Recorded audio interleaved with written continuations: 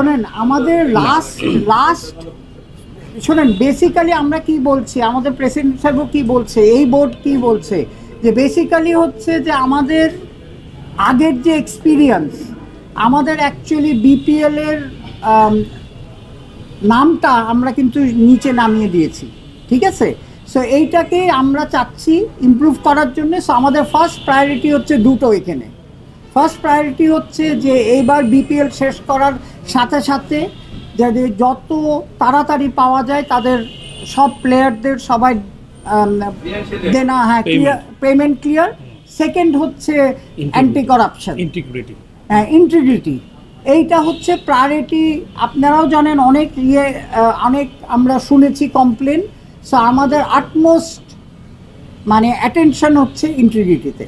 So এই দুইটা যারাই টিম নিচ্ছে তাদের এই দুইটা মাথায় আমার রিকোয়েস্ট, তারা এই দুইটা মাথায় রেখেই জানে এই টিম নিতে আসে।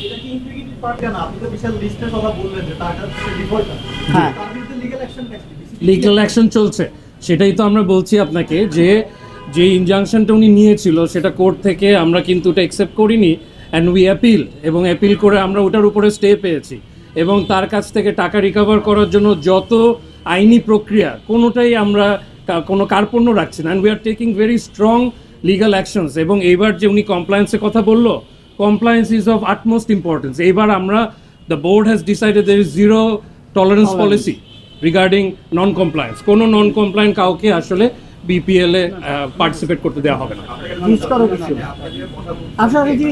Sorry It's not about franchise strength. It's about যে ভালো একটা ফ্র্যাঞ্চাইজিকে নিয়ে আনা।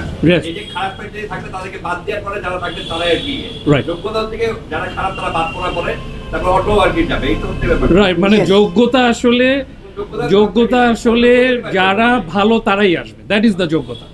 যারা খারাপ মন্দের ভালো আসলে আমরা খুঁজছি, মানে মন্দের ভালো হবে। হ্যাঁ, ঠিক আছে, যাদেরই দিব তাদের 5 বছরের জন্য দেওয়া হবে, provided they can comply with the terms and continue with the ঠিক আছে। ব্যারিস্টার মাহিন ইমরান, না এটা তো আপনার বললাম তো, ওরা ইয়েতে আছে, ওদের ডকুমেন্টেশন ঠিক আছে। হ্যাঁ, তারপর আবার সেকেন্ড, হ্যাঁ, রিভিউ তো প্রসেসে আছে। এখন সেকেন্ড রাউন্ডে যদি বাদ হয়ে যাবে, ওইটা আমরা দেখব।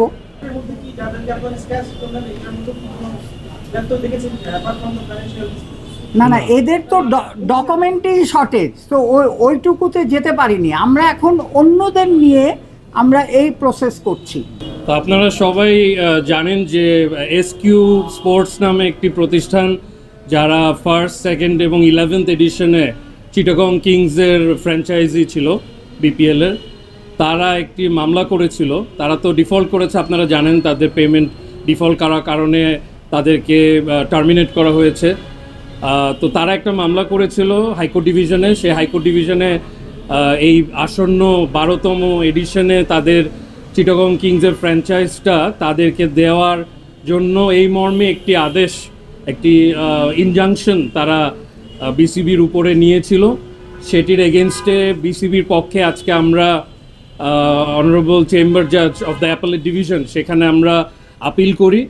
সেই আপিল শুনানি, উভয় পক্ষের শুনানি অন্তে অনারেবল জাজ ইন চেম্বার একটি স্থগিতাদেশ দিয়েছেন, দ্যাট ইজ স্টে দিয়েছেন এই ইনজাংশন, হাইকোর্টের ইনজাংশনের উপরে।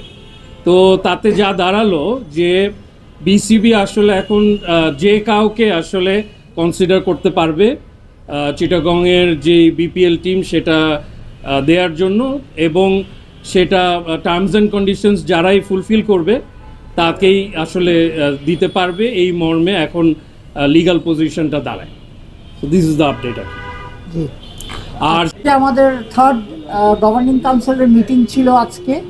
তার আগে আজকে আমাদের একটা মামলার হিয়ারিং হয়েছে, সেই ব্যাপারে আমাদের ব্যারিস্টার মাহিন ভাই আমাদের আপডেট করবে আজকে যে মামলা রয়েছে।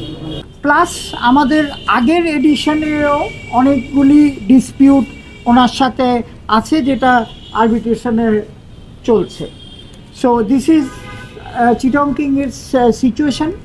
Chittagong Kings has Chittagong Kings না SQ স্পোর্টস তাদের অনেক ডিফল্ট আছে from first and second edition and 11th edition, সেটার ব্যাপারে কিছু অনেক ক্লেম আমাদের কাছে এসছে, আরও কিছু ক্লেম বাকি আছে, কিছু হয়তো আমাদের ডাইরেক্টর স্যার এটা বলতে পারেন।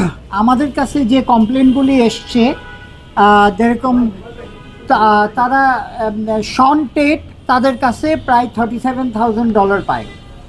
তারপরে আপনার আমাদের রোজ ভিউ হোটেল সিলেট তারা প্রায় 17 লক্ষ টাকার একটা ক্লেম দিয়েছে।